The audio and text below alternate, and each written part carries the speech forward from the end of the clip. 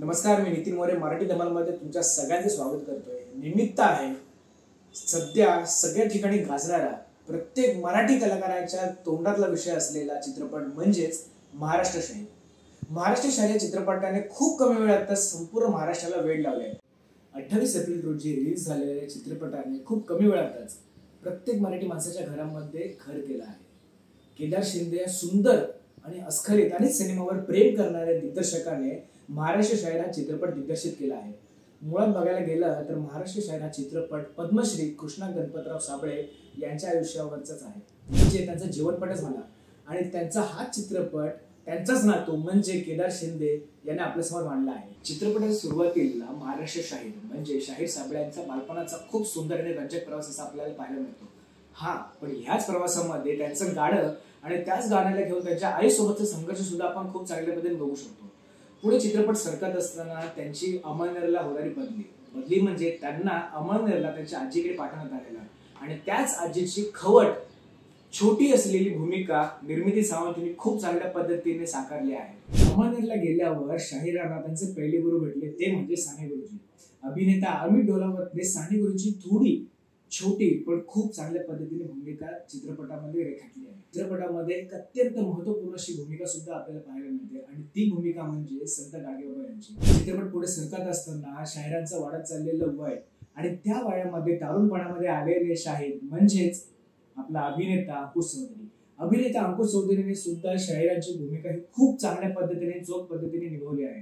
त्यांनी उचललेले हे शिवधनुष्य खूप चांगल्या पद्धतीने पैलवत त्यांनी या भूमिकेला खूप चांगला असा न्याय सुद्धा दिला आहे। पुढे साने गुरुजींच्या म्हणण्याप्रमाणे देशासाठी आणि समाजासाठी आपल्या देशभक्तीची जनजागृती करण्यासाठी शाहिरांनी सुरू केलेला पोवाड्याचा प्रवास आणि याच प्रवासादरम्यान त्यांना भेटलेली त्यांची प्रेयसी म्हणजेच अभिनेत्री सना शिंदे। सना शिंदे यांनी सुद्धा शाहिरांच्या पत्नीची म्हणजेच भानुमतीची भूमिका खूप चांगल्या पद्धतीने पेलवली आहे। चित्रपट पुढे सरकत असताना त्यांच्या दोघांमधलं वाढणारं प्रेम आणि खूप चांगल्या पद्धतीने आणि इंटरेस्टिंग पद्धतीने झालं त्यांच्या दोघांचं लग्न हे सारं काही आपल्याला पाहताना खरंच खूप मजा येते।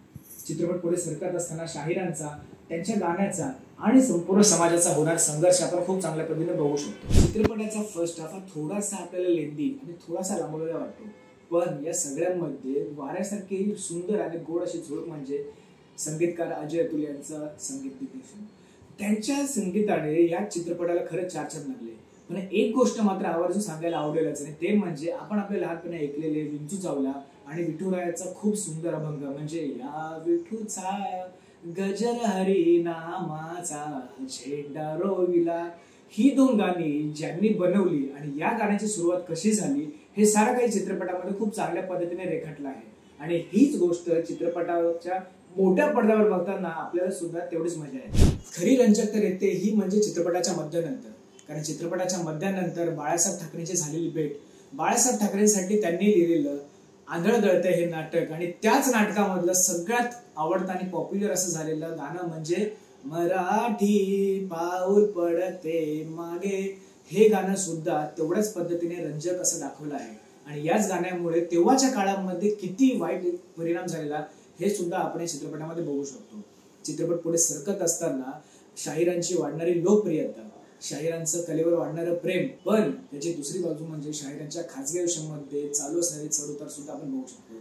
त्यामध्ये त्यांच्या बायकोचं त्यांना सोडून जाणं असू दे, शाहिरांनी सुरू केलेलं मोबाईल थिएटर असू दे आणि त्याच मोबाईल थिएटरच्या दरम्यान पडलेला दुष्काळ, हे सारं काही खूप दुःखदायक जरी दिसलं तरी सत्याची जाणीव आपल्याला या चित्रपटामधून बघता येते। चित्रपट पुढे सरकत असताना महाराष्ट्रामध्ये आलेला दुष्काळ, या दुष्काळामुळे शाहिरांचे ठप्प झालेले प्रयोग आणि याच गोष्टीमुळे शाहिरांवर झालेलं कर्ज हे सारं काही चित्रपटामध्ये चांगल्या पद्धतीने रेखाटलं आहे। आणि याच दरम्यान शाहिरांच्या आयुष्यामध्ये आलेली एक व्यक्ती जिने त्यांचं आयुष्य पूर्णपणे बदलून ठेवलं ती म्हणजे शाहिरांची दुसरी बायको राधाबाई साबळे। अभिनेत्री अश्विनी महांगडेने सुद्धा राधाबाई साबळे यांची व्यक्तिरेखा खूप चांगल्या पद्धतीने रेखाटली आहे।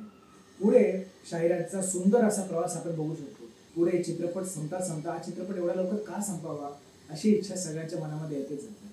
शाहिरांचा चित्रपट जरी 2.5 तासाचा असला तरी या 2.5 तासामध्ये शाहिरांना ओळखून घेणं हे खूप कठीणच होतं, परंतु दिग्दर्शक केदार शिंदे यांनी या 2.5 तासामध्ये शाहिरांच्या आयुष्यामध्ये घडलेल्या अनेक महत्त्वपूर्ण टप्प्यांची खूप चांगल्या पद्धतीने ओळख करून दिली आहे।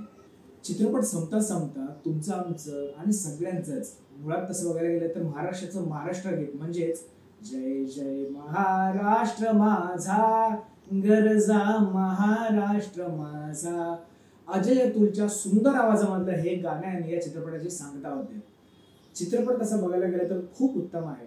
शाहिरांचा प्रवास, शाहिरांचे चढ उतार आणि शाहिरांनी कलेसाठी केलेला संघर्ष हे सारं काही दिग्दर्शक केदार शिंदे यांनी सुद्धा या 2.5 तासांमध्ये शाहिरांच्या आयुष्यातले सगळे महत्वाचे टप्पे, सगळे महत्वाचे संघर्ष, त्यांचे उतार चढाव, त्यांचं कलेवर असणारं प्रेम आणि त्यांनी समाजासाठी केलेलं समाजकार्य हे खूप चांगल्या पद्धतीने आपल्यासमोर मांडलं आहे. या चित्रपटाला आम्ही देतोय 4.5 स्टार.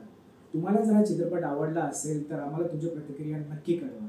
तोपर्यंत हा रिव्ह्यू आवडला असेल तर लाईक करा, शेअर करा, कमेंट करा आणि सबस्क्राईब नक्की करा आमच्या चॅनलला म्हणजेच मराठी धमालला.